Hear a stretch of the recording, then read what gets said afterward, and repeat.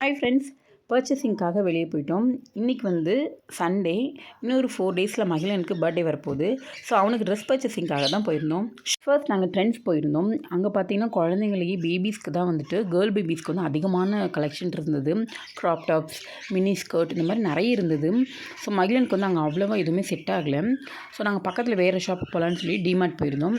அங்கே மகிழனுக்கு சூப்பராக ஒரு ட்ரெஸ் ஃபிட்டாக செட் ஆனிச்சு.